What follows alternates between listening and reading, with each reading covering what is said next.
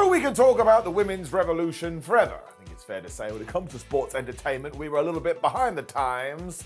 It was Becky Lynch who summed it up best, especially when talking about women's wrestling today. It doesn't always have to be about a title. We can have more stories. If we do look at 2024, though, we have one brand under the WWE umbrella that looks like it's about to push all of this forward and maybe even give us some generational talents.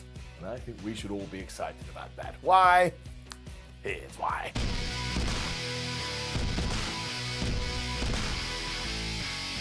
Of course, we're talking about NXT, and I will tell you, this video was inspired by that awesome 10-woman tag we did have in the main event recently, when we got Jordynne Grace, Stephanie Vaquer, Julia, Kalani Jordan and Zarya taking on Roxanne Perez, Jasmine Nix, Fallon Henley, Cora Jade, and JC Jane. And I tell you this, if you haven't seen it, you should wind back time and see it.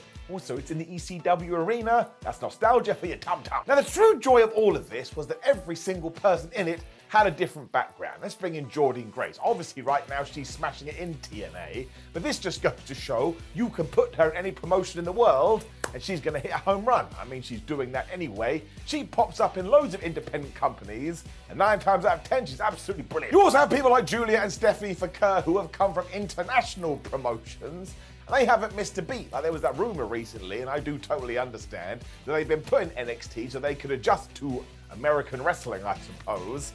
And that took them all of about a week. It was utterly ridiculous. Then you've got Perez, who is some kind of wrestling savant. At the moment, it kind of feels like Zarya is being built as a woman that can take over any division. And when it comes to Jordan, she just gets better every single week. That's the same for Nix as well. It's my favorite thing about NXT, because it still has its roots in being a developmental brand. You get to see the stars of tomorrow today. And sometimes they do a good job, and sometimes they don't do a good job. But not doing a good job is as important as doing a good job, because you learn and you never do it again.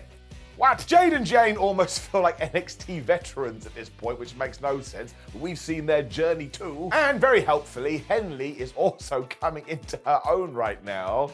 So look what we've done here. We broke it down like D-Generation X, and every single person has something unique to offer. I'm not going to go through the whole list because I'll forget somebody and then I will be upset, but we can throw a Sol Ruka in there who is always getting chatted about. Lash Legend is like some kind of athletic prodigy who can do anything. Jada Parker took around about 8 seconds when she went, I understand what wrestling is and what you want me to do. And then you have Ariana Grace, who is just a character machine. This is just the tip of the iceberg too, because you do have someone like Ren Sinclair, and I actually worked a show with her way back, and even then you could just tell she's another one. She totally gets it. She's gonna be just fine. And lo and behold, where's she in 2024? Flipping NXT. Such is the depth of the division too. You don't need to make this a gimmick or kind of come out there with a big advertising board going, look what we're doing with women. We just have a bunch of people who are super duper whooper talented. So when you do tune in, well, their actions speak louder than words. Well, sometimes their words speak louder than words, because they're also cooking with a promo. Even on that ECW show we talked about, we had Lola Vice versus Jada Parker in a street fight, and we just let them kick each other's ass.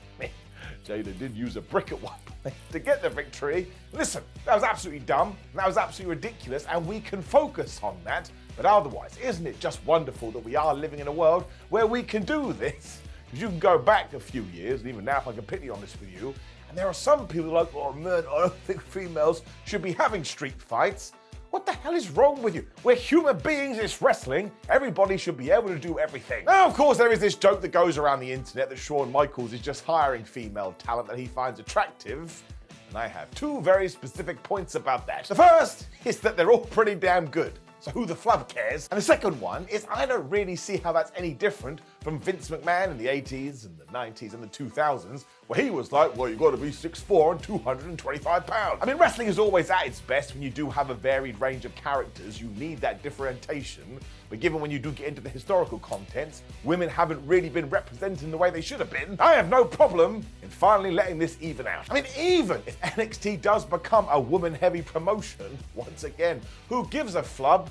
Go back, once again, I'm gonna repeat myself, and watch that 10-woman tag. I feel like I should mention Thea Hale as well, because her work with Chase U has just been an utter joy, which actually brings me to the next thing I would like to discuss. Because NXT does rub a few people the wrong way, which is perfectly fine, because a lot of it is goofy.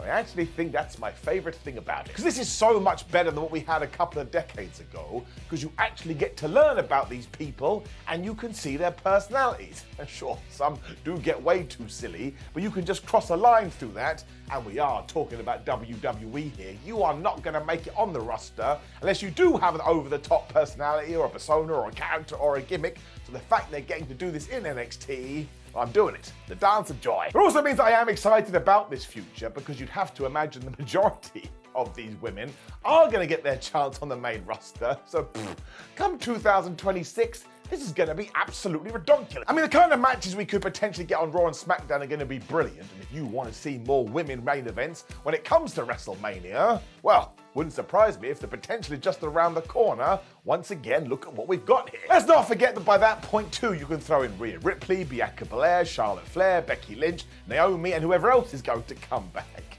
Once more, you trying to tell me you can't book some dream matches in your head? If you can't, you're probably asleep.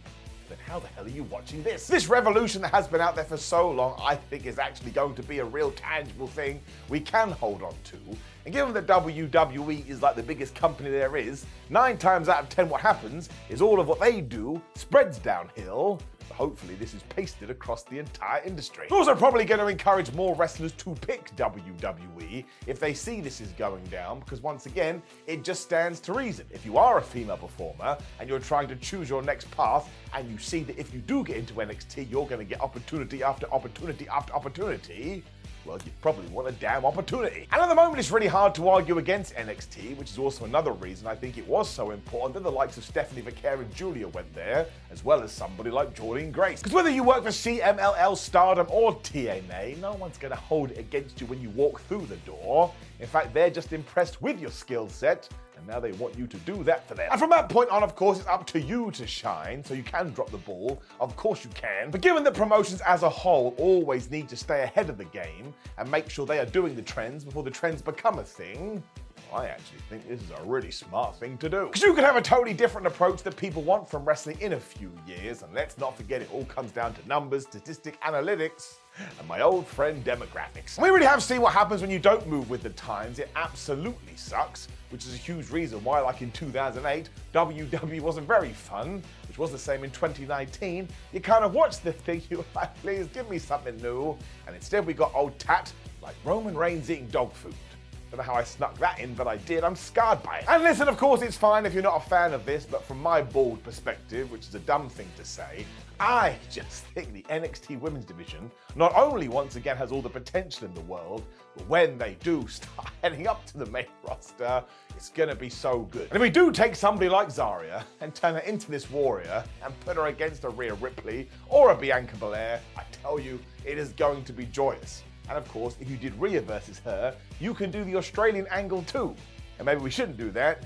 WWE is still WWE, they're not going to be able to help themselves. The thing is though, even Grayson Waller talked about this recently in terms of representation, there's that word again, because he was like, well, I'm never going to get to WWE, I'm out here in Oz, mate. When he saw the Iconics and then he saw Rhea become a super duper star, he was like, damn it, maybe I can do it too, and he did. So if you are a woman getting into this business, think of the inspiration you're going to have. That, my friends, in my book, is damn important. It's just the sheer amount of potential matches we could get as well. Like, if we go back to that 10-person tag, you can now do Jordynne Grace versus Zarya off the back of it, and you can do Zarya versus Roxanne Perez. So eventually, soon, one of these people has to go up to the main roster. Otherwise, it is going to be overrun, and you always want to share the wealth. Now, of course, you're totally going to agree or disagree with me, but that's what the comments are for.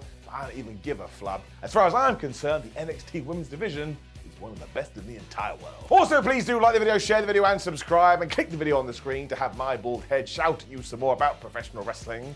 I won't be wearing such a bright top in that one. Right now, I am like the sun.